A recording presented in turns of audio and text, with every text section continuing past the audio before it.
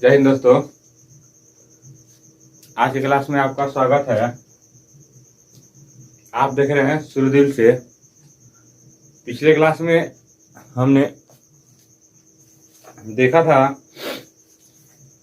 रूढ़िवाद की पुनर्स्थापना में वियना सम्मेलन तथा वियना की संधि। ठीक है, वियना संधि में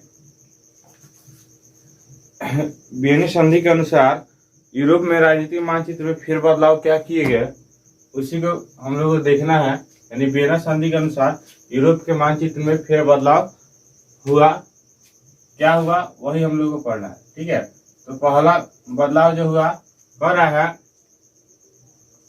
पराजित फ्रांस को नेपोलियन द्वारा विजय क्षेत्र को वापस लौटाने को कहा गया। भविष्य में यूरोप में शांति व्यवस्था बनाए रखने और फ्रांस के सैनिक प्रसार पर अंकुश लगाने के लिए उसके चारों ओर नए राज्यों का घेरा बनाया गया। यानी पहला पॉइंट कह रहा है, पराजित फ्रांस को, ठीक है, पराजित फ्रांस को नेपोलियन द्वारा क्या किया गया, विजय क्षेत्र को वापस लौटाने को कहा गया। यानी जब फ्रांस जो हार गया था नेपोलियन के द्वारा, ठीक है, उसको क्या किया गया कि कहा गया कि विजय क्षेत्र को वापस लौटाने को कहा गया। कह रहा है भविष्य में यूरोप की शांति बनाए रखने को भी कहा गया। यानी भविष्य में यूरोप की शांति बनाए रखने और फ्रांस के सैनिक प्रसार पर अंकुश लगाने को बोला गया। यानी अंकुश लगाने का अर्थात कहा है तो फ्रांस के सैनिक प्रसार, ठीक है, यानी सैनिक के बढ़ावा ना हो इस चीज के इस पे रोक लगा दिया गया। ठीक है, और उसके चारों ओर नए राज्यों को घेरा बनाया गया। साथ ही साथ क्या किया गया, उस राज्य के चारों ओर क्या नए राज्यों का घेरा बनाया गया। यानी नए नए राज्यों को घेरा बनाया गया। ठीक है, पहला पॉइंट ये है। दूसरा पॉइंट कह रहा है कि प्रासा को उसके पश्चिमी सीमा पर अनेक नए और महत्वपूर्ण क्षेत्र दिए गए। यानी प्रासा को क्या किया गया, उसके पश्चिमी सीमा पर, अनेक, यानी गिना नहीं जा सकता है, अनेक नए और महत्वपूर्ण क्षेत्र उसको दिए गए। किसको दिया गया, तो प्रासा को। ठीक है, दूसरा पॉइंट ये कह रहा है। ठीक है, और तीसरा पॉइंट कह रहा है कि ऑस्ट्रिया को उत्तरी इटली के राज्यों लोम्बार्डी और वेनेशिया का नियंत्रण दिया गया। यानी ऑस्ट्रिया को, ठीक है, लोम्बार्डी और वेनेशिया का नियंत्रण, ठीक है, यानी ऑस्ट्रिया के उत्तरी इटली के दो राज्य कौन, लोम्बार्डी और वेनेशिया का नियंत्रण, ठीक है, दिया गया। अर्थात ये किसी प्रकार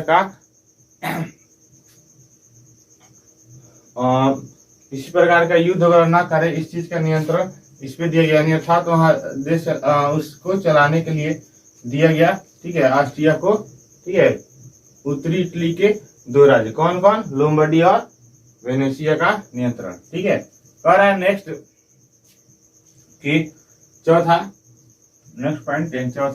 कह रहा है रूस को पोलैंड का एक भाग दिया गया। यानी रूस को क्या किया गया, एक पोलैंड का एक भाग दिया गया। यानी मानचित्र में फिर बदलाव हो रहा है। ठीक है, यानी रूस को क्या किया गया, पोलैंड का एक भाग दिया गया। ठीक, नेक्स्ट पॉइंट कह रहा है कि नंबर 5 कह रहा है वियना व्यवस्था में ब्रिटेन को माल्टा, ठीक है, हेलिगोलैंड,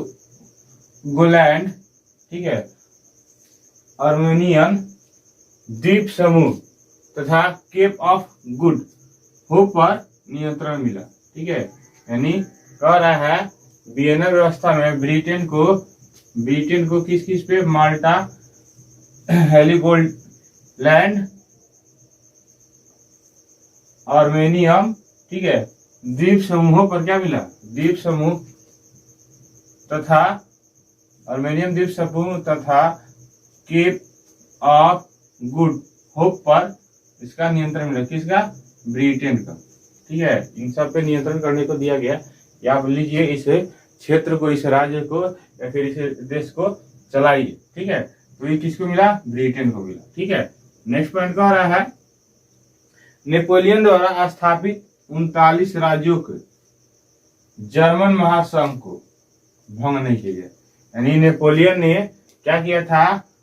39 राज्यों को, ठीक है, एक महासंघ में, जर्मन महासंघ में स्थापित किया था, जिसको ये क्या किया लो, उसको भंग नहीं किया, उसको तोड़ा नहीं। ठीक है, जैसे था वैसे उस 39 राज्यों को बनाए रखा। ठीक है, रखा गया। कह रहा है नेक्स्ट पॉइंट, कह रहा है इस व्यवस्था द्वारा पराजित राजवंशों की पुनर्स्थापना का प्रयास किया गया।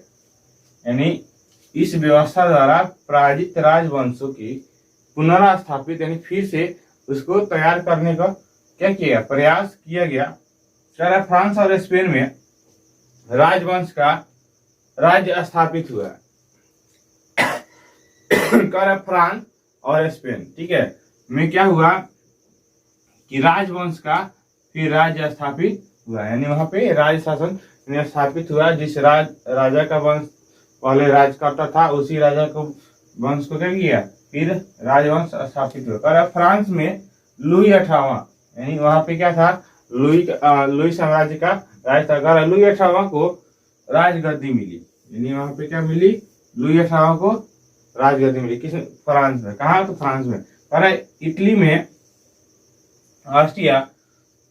ऑस्ट्रियाई राज्य परिवार को सत्ता सौंप दी गई। ठीक है, यानी इटली में क्या किया गया? ऑस्ट्रियाई राज्य परिवार को सत्ता सौंप दिया गया। ठीक है, तो ये था वियना संधि के अनुसार। ठीक है, यूरोप के मानचित्र में जो फेर बदलाव हुआ, तो ये पॉइंट ये था। ठीक है, तो जो कि आपका फर्स्ट हम लोग पढ़े थे वियना संधि या फिर वियना सम्मेलन। ठीक है, तो उसी के अंतर्गत, ठीक है, नेक्स्ट पॉइंट था तीसरा यूरोपीय कंसॉर्ट। ठीक है, यानी ये तीसरा पॉइंट है, यानी ये था दूसरा पॉइंट का। ठीक है, ये तीसरा पॉइंट है यूरोपीय कंसॉर्ट। ठीक है, कह रहा वियना कांग्रेस ने यूरोपियन कंसॉर्ट की भी स्थापना की। ठीक है, यानी कह रहा है जो वियना कांग्रेस ने क्या किया? यूरोपीय कंसॉर्ट का भी स्थापना, यानी यूरोपीय कंसॉर्ट का संस्थापक कौन थे? वियना कांग्रेस। ठीक है, इन्होंने किया। कह रहा है इसके द्वारा 5 बड़ी शक्तियों ने सामूहिक रूप से विचार विमर्श द्वारा अंतर्राष्ट्रीय समस्याओं के समाधान और यूरोपीय शांति व्यवस्था को भंग होने से बचाए रखने का प्रयास किया गया। ठीक है, समझिएगा। कह रहा वियना कांग्रेस यूरोपीय कंसॉर्ट की संस्थापक था, इसके द्वारा।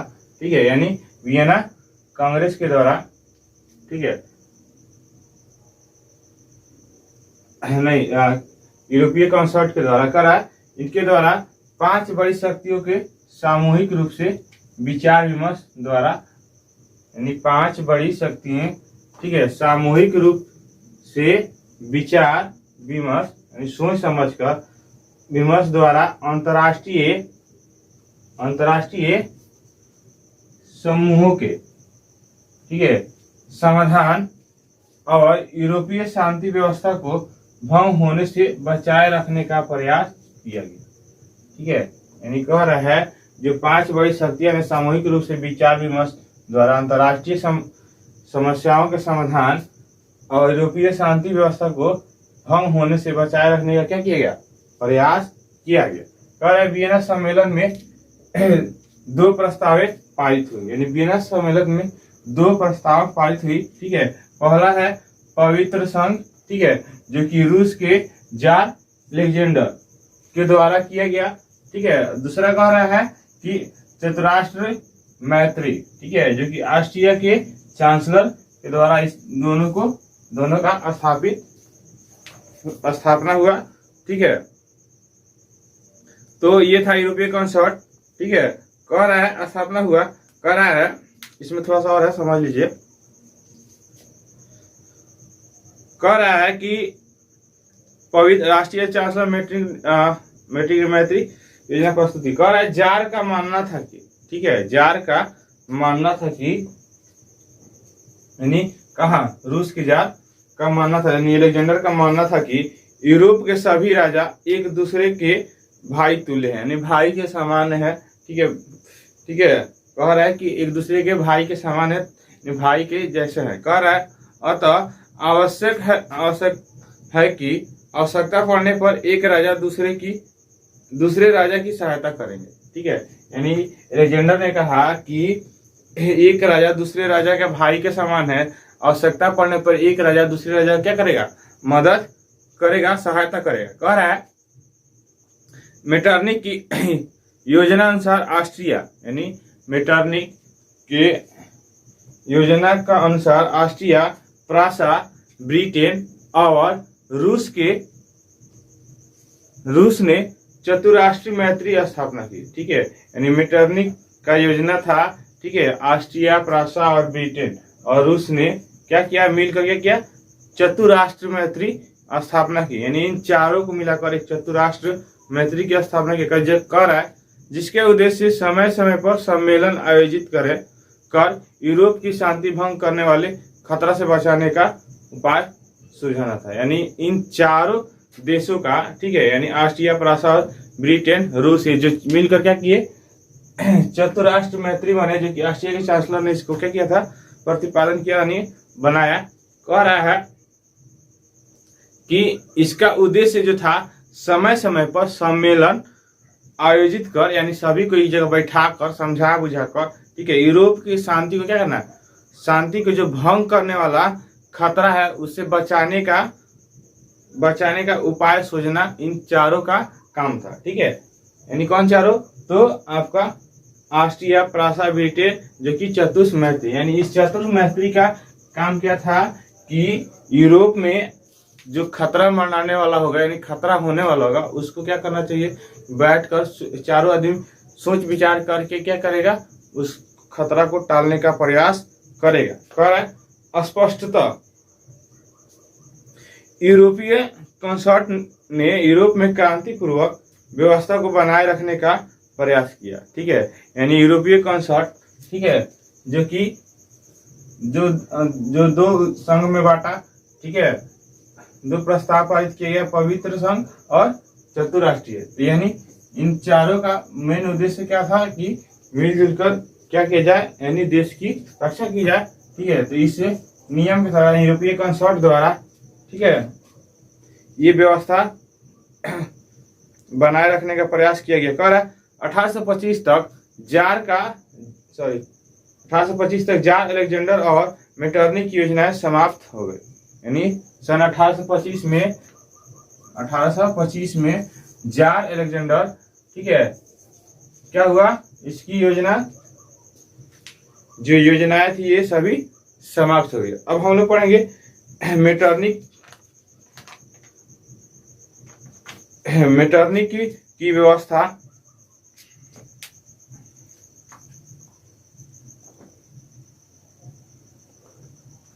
यानी मेटरनिक की व्यवस्था हम लोग को पढ़ना है। कह रहा है मेटरनिक, 1 मिनट,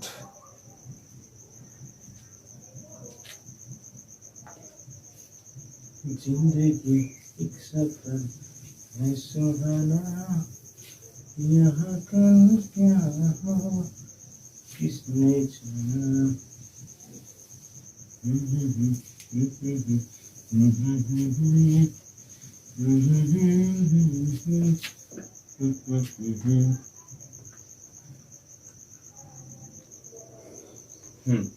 तो मेटरनिक व्यवस्था, ठीक है, तो मेटरनिक व्यवस्था में क्या हुआ आज देखते हैं।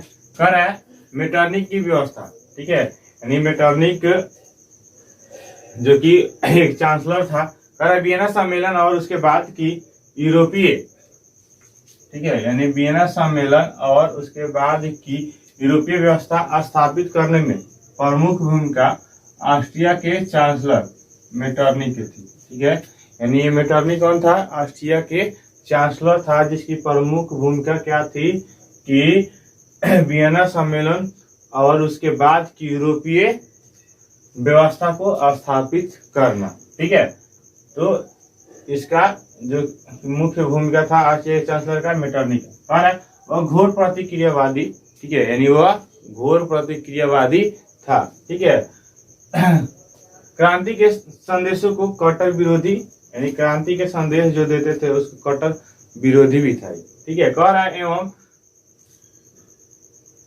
पुरातन व्यवस्था बनाए रखने का समर्थन था। ठीक है, पुरातन व्यवस्था यानी पुराने व्यवस्था जो चल रहा है उसी को बनाए रखने का ये क्या करता था, समर्थन देता था। यानी उसी चीज को, ठीक है, जो पुराना चलते आ रहा है उसी को चलने दीजिए, इसमें कुछ बदलाव ना कीजिए, शासन कीजिए। ठीक है, तो ये इसका अपना कह रहा है उसकी नीति का एक मूल मंत्र था, यानी उसका एक नीति भी था जिसका मूल मंत्र था, ठीक है, कि शासन करो और कोई परिवर्तन न होने दो। ठीक है, यानी इसका मूल मंत्र क्या था कि आप शासन कीजिए, इसमें कोई परिवर्तन न कीजिए। ठीक है, जैसे चलते आ रहा है वैसे चलने दीजिए, सिर्फ आप उस पर बैठकर शासन कीजिए। ठीक है, तो परिवर्तन होने ना दो। कह रहा उसने जिस प्रकार की व्यवस्था यूरोप में स्थापित की, यानी उसने जिस प्रकार की व्यवस्था यूरोप में स्थापित की उसे मेटरनिक व्यवस्था कहा जाता है। यानी उस मेटरनिक ने यूरोप में जिस तरह से व्यवस्था स्थापित कर दिया उसी व्यवस्था को हम लोग क्या कहते हैं, मेटरनिक व्यवस्था कहते हैं, जिसका मुख्य उद्देश्य, यानी मेटरनिक व्यवस्था का मुख्य उद्देश्य था राष्ट्रवादी एवं प्रजातंत्रात्मक व्यवस्था को कुचलना।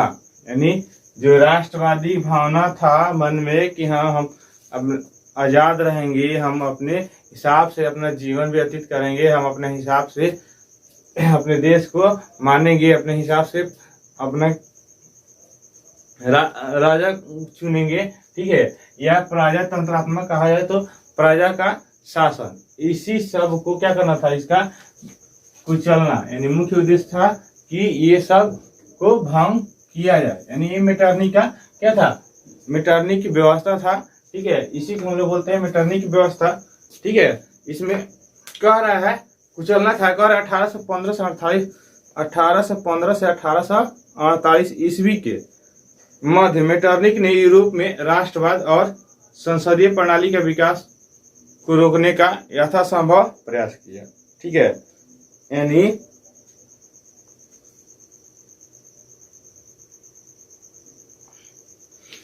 हाँ, कह रहा है कि 1845 से 48 के मध्य में, यानी बीचों बीच में मेटरनिक ने यूरोप में राष्ट्रवाद और संसदीय प्रणाली को विकास को रोकने का यथासंभव किया, यानी बहुत प्रयास किया। कह रहा है उसने सभी जगहों पर निरंकुश राजतंत्रीय व्यवस्था को बनाए रखने का प्रयास किया।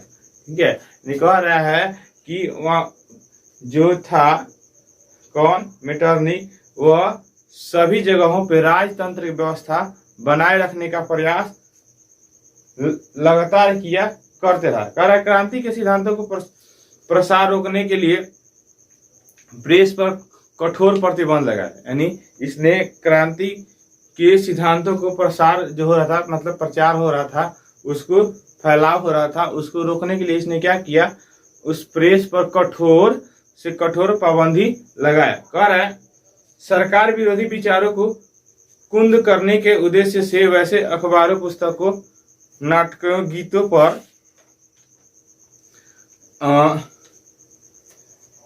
सेंसरशिप लागू किया, जिसमें स्वतंत्रता और मुक्ति का विचार प्रकट किया गया। यानी कह रहा है कि इसने क्या किया कि जो सरकार के विरोधी विचार को कुंद करने के उद्देश्य से वैसे अखबारों, पुस्तकों और नाटकों और गीतों पर जो था उसने क्या किया, सेंसरशिप का लागू कर दिया। सेंसरशिप लागू कर दिया कि हाँ इस सब को जिसमें कर जिसमें स्वतंत्रता और मुक्ति का विचार प्रकट किया गया। ठीक है, ठीक है, और इसमें कर ऑस्ट्रिया में जासूसों द्वारा नागरिकों की गतिविधियों पर निगरानी रखी गई। यानी कह रहा है कि ऑस्ट्रिया में जासूसों द्वारा नागरिकों की गतिविधियों पर निगरानी रखी गई।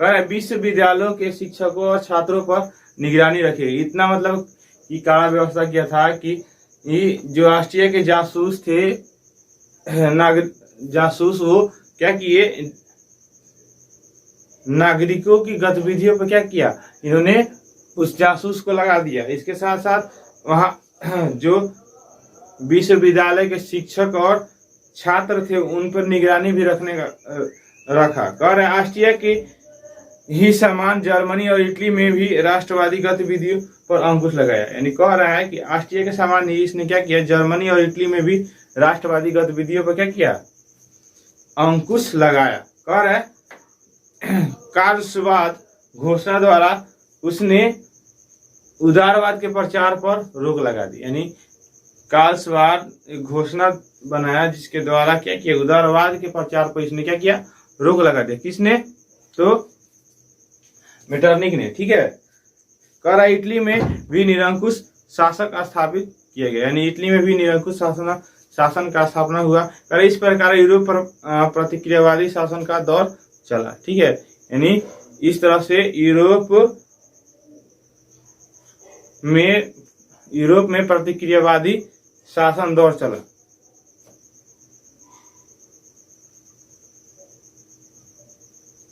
ठीक है, हम लोग आगे पढ़ेंगे क्रांतियों का दौर, जो कि नेक्स्ट हेडिंग है। अगले क्लास में, अगले वीडियो में हम लोग देखेंगे। ठीक है, उम्मीद करते हैं यहाँ तक अच्छा समझ में आया होगा। पिछले क्लास के वीडियो अगर आप लोग नहीं देखे हैं तो इस वीडियो के डिस्क्रिप्शन में जाकर वह लिंक दिया हुआ है, पार्ट वाइज करके, पार्ट 03 करके लिखा होगा, उस पर उसके नीचे लिंक दिया होगा, उस लिंक पे क्लिक करके आप लोग वीडियो जाकर देख सकते हैं, पिछले क्लास के वीडियो देख सकते हैं। ठीक है, तो आज की क्लास में बस इतना ही। मिलते हैं अगले क्लास में, जो कि एक नेक्स्ट टॉपिक के साथ, क्रांतियों का दौर। ठीक है, यानी क्रांतियों का दौर क्या था, तो हम लोग पढ़ रहे हैं इतिहास के फर्स्ट यूरोप में राष्ट्रवाद। ठीक है, उदय और विकास। ठीक है, मिलते हैं अगले वीडियो में, तब तक के लिए जय हिंद दोस्तों, जय हिंद।